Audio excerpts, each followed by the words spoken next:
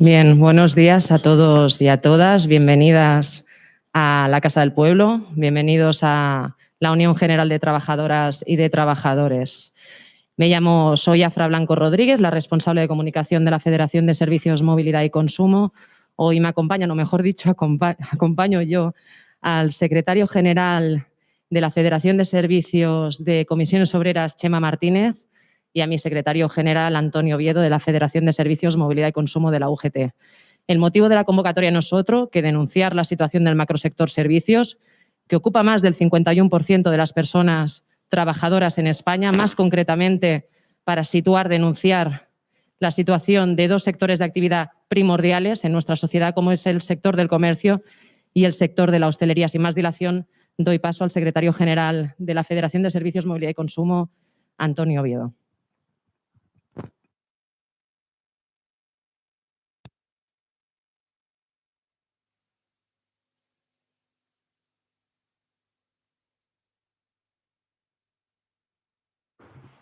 ¿Ahora?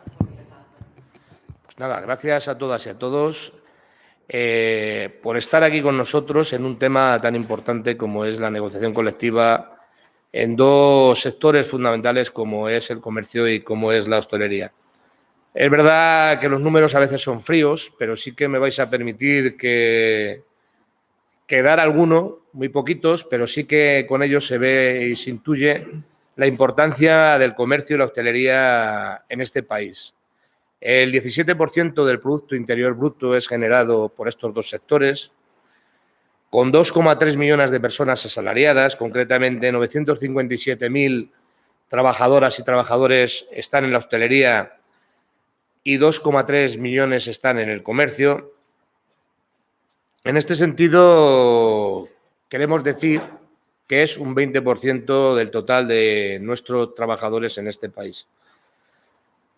De este porcentaje, el 45% han estado afectadas por ERTEs durante esta pandemia. Son los que han tenido, de alguna forma, que pagar esta crisis. Estamos hablando de que en el sector comercio, 286.172 y en la hostelería, 163.890 trabajadoras y trabajadores han tenido y están todavía afectados por los ERTEs. Como veis, son dos de los sectores más castigados por la pandemia, más castigados por el cierre de actividad. En definitiva, una situación que concretamente están aprovechando los empresarios para bloquear de forma intencionada la negociación colectiva.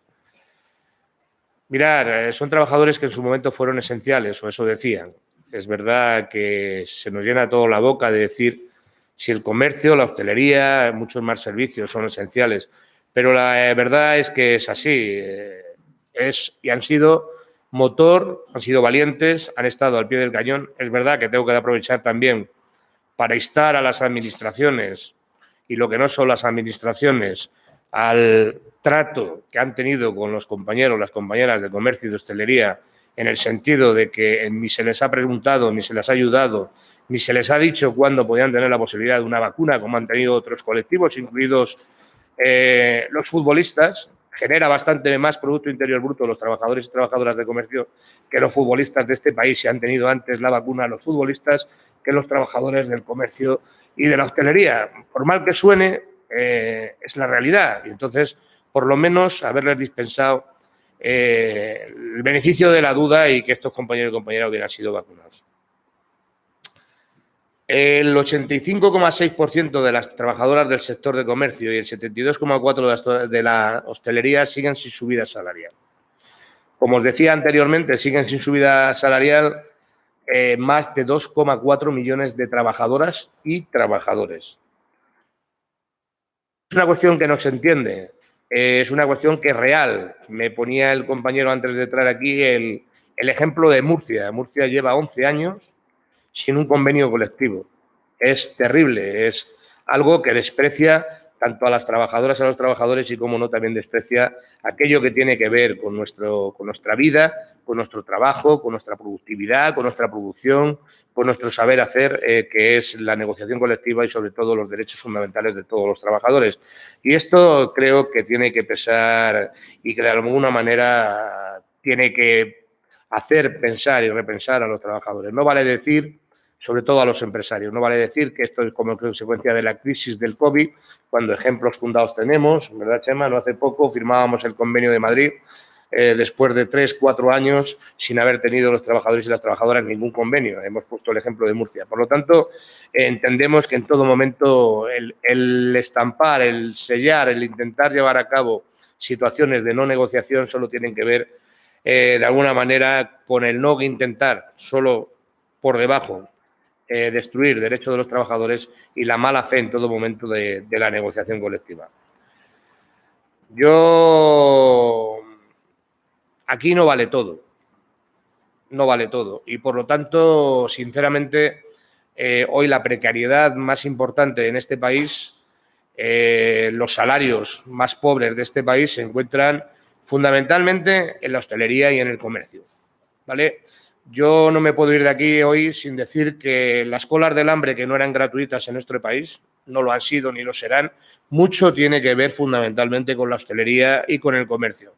Mucho tienen que ver con la economía sumergida que se produce en la hostelería y en el comercio. Y mucho tiene que ver con los salarios bajos que tienen concretamente comercio y hostelería como consecuencia de la no negociación colectiva. Y por lo tanto, esta situación nos lleva a 2 temas complicados. Lo que decíamos de la pobreza llevada a cabo en las colas del hambre. No es lo mismo cotizar o llevarte al 70% de 900 euros que llevarte el 70%, como ha ocurrido en muchos de los casos, de 500. Cuando has estado trabajando tus 8 horas y cuando realmente se cotizaba o tu base de cotización era otra diferente a lo que tú realmente estabas trabajando. Tenemos que aprender en este país que eso donde nos lleva a esas colas del hambre y, por lo tanto, tenemos que acabar con ello y, sobre todo y fundamentalmente, la hostelería. Y esto no se hace de otra manera que no sea la negociación colectiva, que no sea con un convenio valiente y que no sea con un convenio eficaz para los trabajadores y las trabajadoras.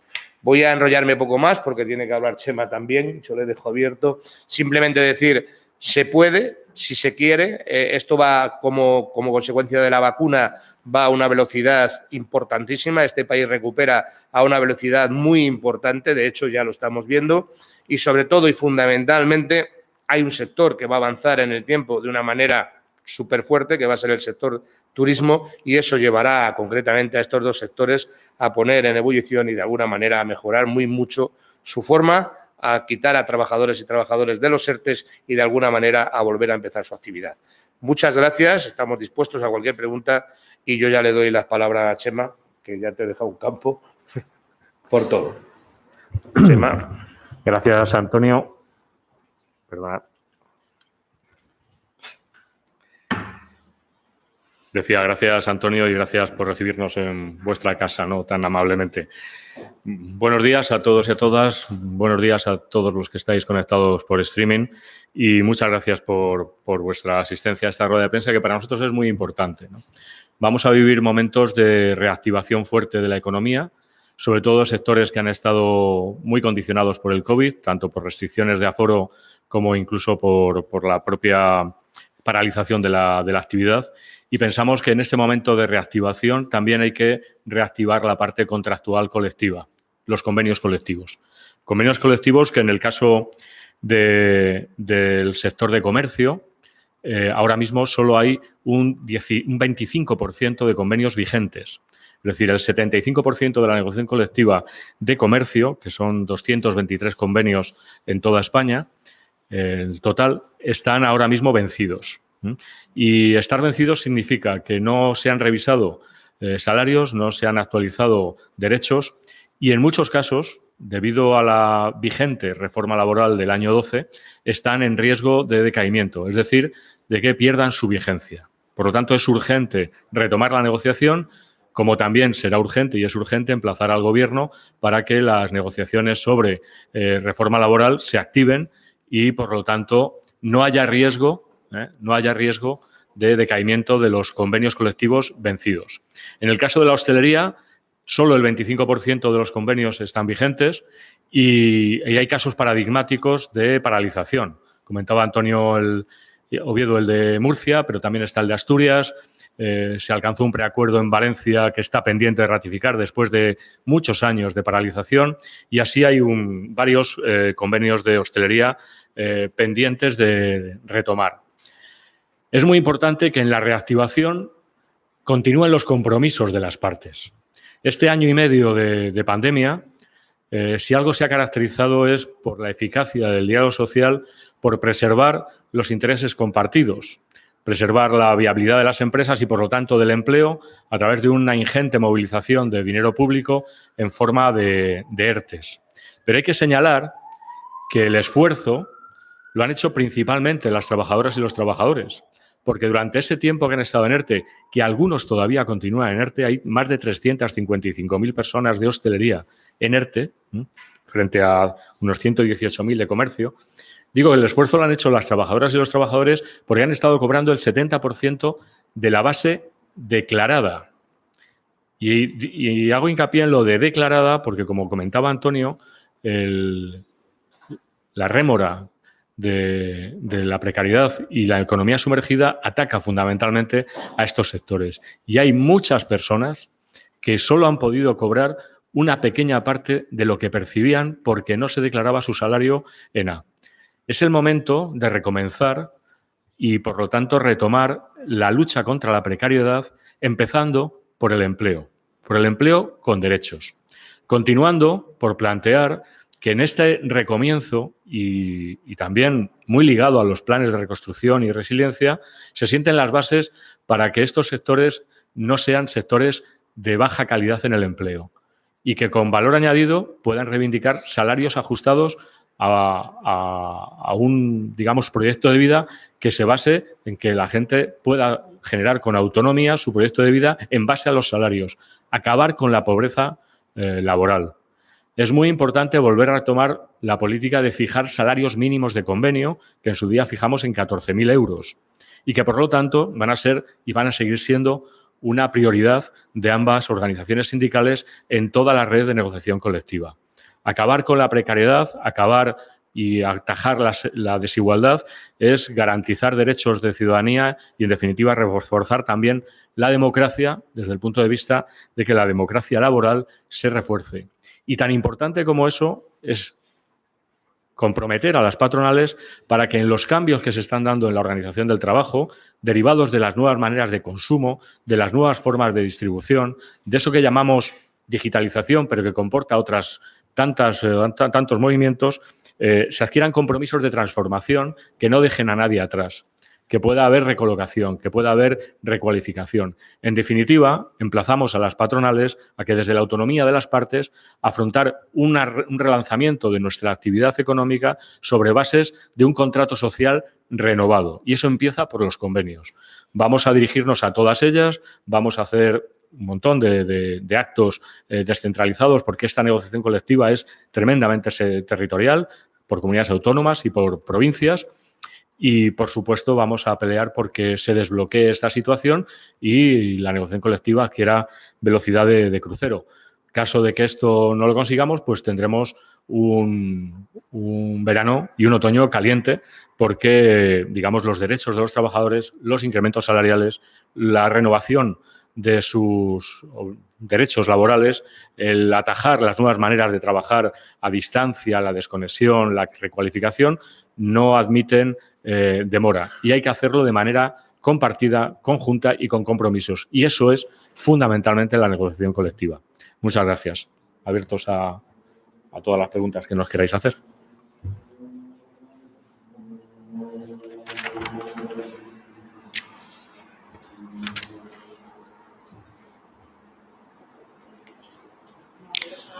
Vía streaming no tengo ninguna pregunta.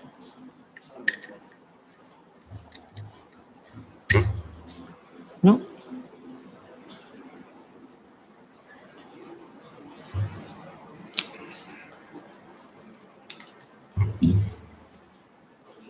Pues en principio...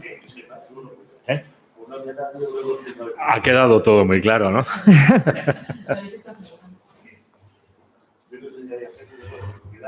Sí, hay gente. En cualquier caso, si surge algún tipo de duda en las próximas horas o los próximos días estáis a disposición para poderlas resolver y, en principio, no teniendo ninguna pregunta, daríamos por zanjada la rueda de prensa. Muchas gracias. Pues muchas gracias. Gracias a todos y a todas. Gracias a todos.